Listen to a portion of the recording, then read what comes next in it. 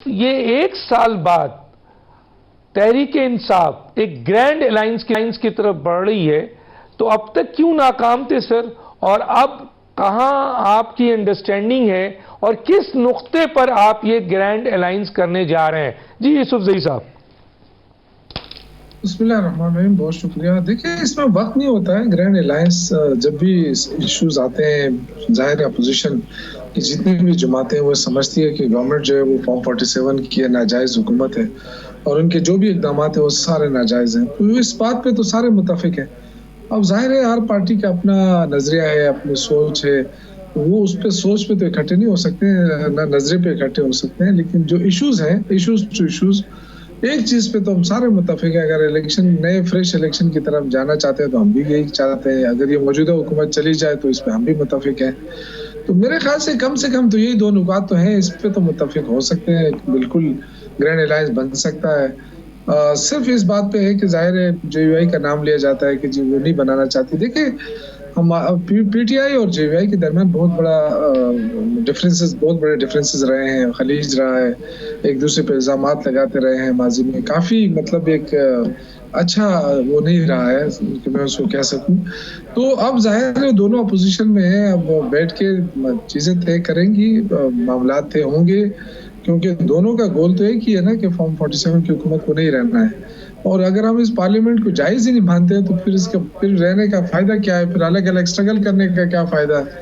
तो मेरे ख्याल से ये एक वो है। बाकी जो बात है कि जी इनके दरमियान रिफ्ट है, ये बिल्कुल मुझे ऐसी बिल्कुल मैं इस पर यकीन इसलिए नहीं रखता हूँ कि आपको भी पता है कि तहरीक इंसाफ जो है वो इमरान खान की पार्टी है, और जब वो आज काल दे दे तो लोग फिर निकलेंगे। मतलब लोग किसी के कंट्रोल में नहीं है। आम आदमी की मैं बात कर रहा हूँ कि अगर कोई ये कहे कि बहुत बड़ा लीडर है, तो हमारी पार्टी में मेरे ख्याल से इमरान खान के अलावा तो कोई भी इतना बड़ा वो मैं नहीं कह सकता दावे के साथ, क्योंकि बहुत सारे लोग चले गए हमसे और ये तासुर दिया गया कि जी फलां भी छोड़ रहा है पार्टी, फलां भी छोड़ रहा है, बस अब खत्म हो जाएगी।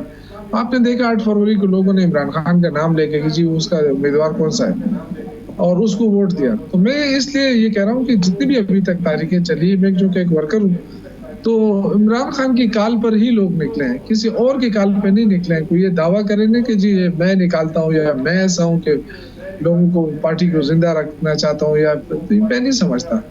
और जहां तक अच्छा सर, ये जो ग्रैंड अलायंस की कोशिश हो रही है, मैं ये पूछना चाहूंगा, जाहिर है सर बड़े शदीद इख्तलाफात आपने कहा है। बहरहाल सियासत में पीएमएलएन और पीपल्स पार्टी के हमने शदीद इख्तलाफात देखे थे, आज हुकूमत का हिस्सा है, बहुत ज़बरदस्त तरीके से हुकूमत चल रही है, फिर दोबारा नज़र आ रहा है।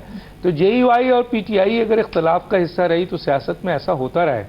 लेकिन सर क्या आप समझते हैं कि अब इमरान खान साहब एक ग्रैंड अलायंस के लिए तैयार हैं और जेयूआई को किसी वन एजेंडे पे, जब इंतखाबात हों या कोई और एक ऐसा कॉमन एजेंडा जो दोनों के दरमियान हो, इमरान खान साहब एक ग्रैंड अलायंस के लिए बिल्कुल राजी हैं, जिसकी बुनियाद पर पार्टी में कोशिश हो रही है, बातचीत हो रही है? जरा इस पर मुख्तसर कमेंट करें, मैं जरा जाता हूं जेयूआई की तरफ।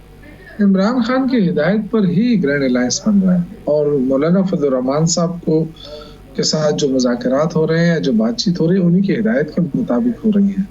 ये तो नहीं हो सकता कि इमरान खान ना चाहे और हम कहें कि जी ग्रैंड अलायंस बना ले। डेफिनेटली उनकी हिदायत शामिल है, उनकी कंसेंट शामिल है और मुझे उम्मीद है इंशाल्लाह। देखिए, जिस तरह आपने भी कहा कि इख्तिलाफात रहे हैं, लेकिन अब ऑप्शन क्या है? अगर हम अलग अलग स्ट्रगल करेंगे तो आपको भी पता है क्या हो रहा है। हुकूमत रियासती ताकत का इस्तेमाल कर रही है, बेदरेग इस्तेमाल कर चुकी है तहरीक इंसाफ के खिलाफ। तो अब भी अगर करना चाहे तो कर ले, लेकिन तहरीक रुकेगी नहीं। बहुत अच्छा फैसला है। मेरा ख्याल देर आए दुरुस्त आए, आप देर आए दुरुस्त आए, क्योंकि इसी सियासी जमातों के साथ ही मिलकर आपको चलना है। और दूसरा मैं एक बात आपसे करूं, देखिए सबसे ज्यादा जो धोखा दिया है ना पीडीएम में, वो नून लीग और पीपल्स पार्टी ने दिया है मौलाना साहब को। इतना नुकसान या इतना धोखा पीटीआई ने नहीं दिया है। ठीक है, इख्तिलाफात रहे हमारे, लेकिन धोखा जो दिया है वो पीडीएम की जमातों ने दिया है मौलाना साहब को कि उनके जरिए हुकूमत खत्म कराई। ये इस पे आपके